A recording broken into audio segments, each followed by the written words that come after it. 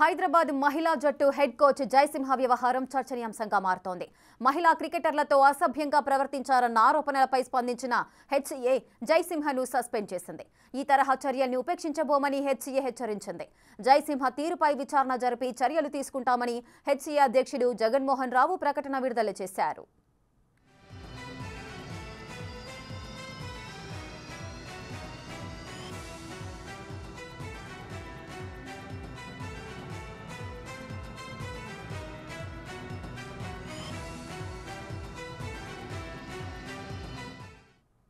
అయితే తనపై వచ్చిన ఆరోపణల్ని జయసింహ ఖండించారు. తాను మద్యం తాగలేదని, కూల్ డ్రింక్ మాత్రమే తాగానని వివరణ ఇచ్చారు. తాను ఎవరిని వేధించలేదని స్పష్టం చేశారు. జయసింహ వివరణపై మహిళా క్రికెటర్లు, వారి తల్లిదండ్రులు తీవ్రస్థాయిలో మండిపడుతున్నారు. సోషల్ మీడియాతో చక్కర్లు కొడుతున్న వీడియో గమనిస్తే సోడా బాటిల్లో డ్రింక్ తాగినట్లు కనిపిస్తుందన్నారు. కూల్ డ్రింక్స్ బాటిల్స్ ఉండగా ప్రత్యేకంగా సోడా బాటిల్లో కూల్ డ్రింక్ పోసుకొని తాగాల్సిన అవసరమేంటని, సోడా బాటిల్లో మద్యం కలిపి తాగుతున్నారని ఆరోపించారు.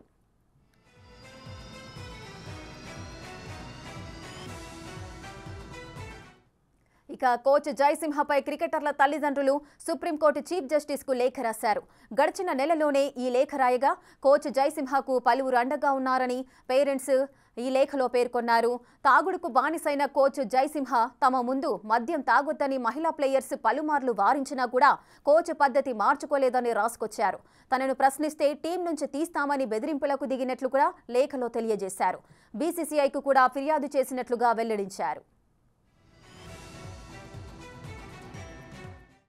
రైట్, మరింత సమాచారం మా ప్రతినిధి రాణా అందిస్తారు.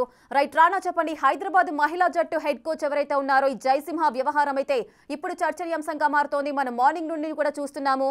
మహిళా క్రికెటర్లతో అసభ్యంగా ప్రవర్తించారు, అదేవిధంగా మద్యం సేవించారు అంటూ కూడా మనం కొన్ని వీడియోస్ కూడా చూసాము. దాంట్లో క్లియర్ గా కనిపిస్తుంది. కానీ ఈ వ్యాఖ్యలన్నిటిని కూడా, ఈ వీడియోస్ ని కూడా ఆయన ఖండిస్తూ వస్తున్నారు. దీనికి సంబంధించిన అప్డేట్స్ ఏంటి?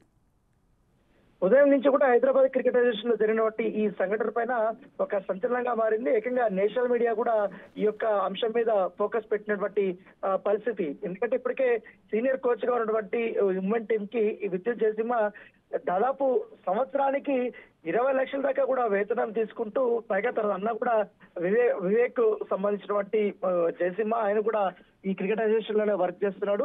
ఆయన అండదండలు చూసుకుని, దాంతో పాటు క్రికెట్ అసోసియేషన్ లో పెద్దల్ని అండదండలు చూసుకుని చెలరేగిపోతున్నాడు. ఈ రకంగా కూడా గతంలో కూడా థాయిలాండ్ దీంట్లోనే పాటు మిగతా టోర్నమెంట్ లో కూడా ఇదే రకంగా కూడా ఈ మహిళా క్రికెటర్లతో వ్యవహరించారు. సో వారందరూ కూడా ఇప్పటికే 20 మంది దాకా కూడా కంప్లైంట్ ఇచ్చారు గతంలో.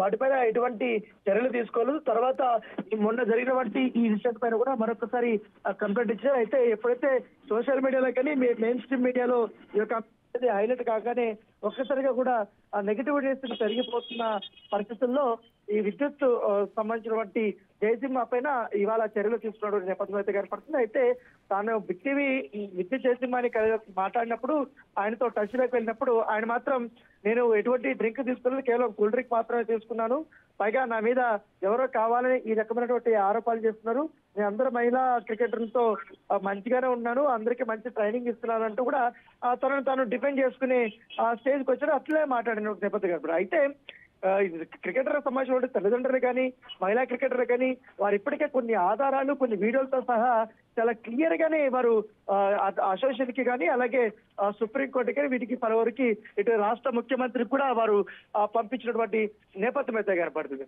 సో ఇప్పుడు ఇదే అంశం ఒక సంచలనంగా మారింది. అయితే కూల్ డ్రింక్ తీసుకుంటానన్నప్పుడు బస్సులో అంత యథేచ్ఛగా ఎట్లా కూల్ డ్రింక్ అని ఎట్లా చెప్తారు? అందరూ 10 మంది ఉన్నారు, స్మెల్ కూడా వస్తుంది. దాదాపు బస్సులో 25 మంది దాకా కూడా కూర్చున్నారు, స్మెల్ వస్తుంది. ఆయన బండబూతులు తిడుతున్నాడు, మహిళలతో అసభ్య పదజాలంతో తిడుతున్నాడు. ఇప్పుడేమో బుకాయిస్తున్నాడంటూ కూడా తల్లిదండ్రులు వారు వాపోతున్నారు. దీనిపైన కఠిన చర్యలు తీసుకోకుండా చెప్తున్నారు.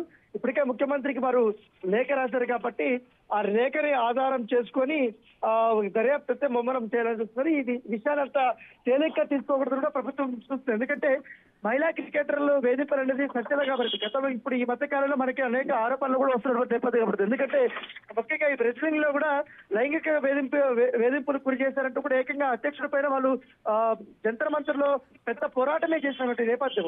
సో గతంలో కూడా ఆంధ్ర క్రికెట్ అసోసియేషన్ ఇలాంటి ఆరోపణలు వచ్చినప్పుడు వారు కూడా పెద్ద ఎత్తున ఉద్యమం చేసి అక్కడ ప్రక్షాళన చేసుకున్నారు. సో ఇప్పుడు హైదరాబాద్ క్రికెట్ అసోసియేషన్ ప్రక్షాళన కావాలంటే ఖచ్చితంగా ఇది ఒక ఆదిగానే భావించాలి, ఇది స్టార్టింగ్ గానే భావించాలి. ఇట్లాంటి అవినీతి పరులను కానీ అలాగే మహిళల్ని హింసిస్తున్నటువంటి వ్యక్తులు కానీ పూర్తి స్థాయిలో కూడా చర్యలు తీసుకోవాలంటే కూడా అధికారులు భావిస్తున్నారు. దాని తగ్గట్టుగానే ఇప్పుడే పూర్తి స్థాయిలో దర్యాప్తు చేయాలని కూడా అధికారులు భావిస్తున్నారు. ఇప్పటికే ఇంటర్నల్ గా ఎస్పీఏలో కూడా ఈ యొక్క దర్యాప్తు అనేది జరుగుతుంది కాబట్టి దాని నివేదికను ఆధారం చేసుకుని దానిపైన చర్యలు అయితే ఉండబోతున్నాయి. Right, thank you Rana, thanks for the live details.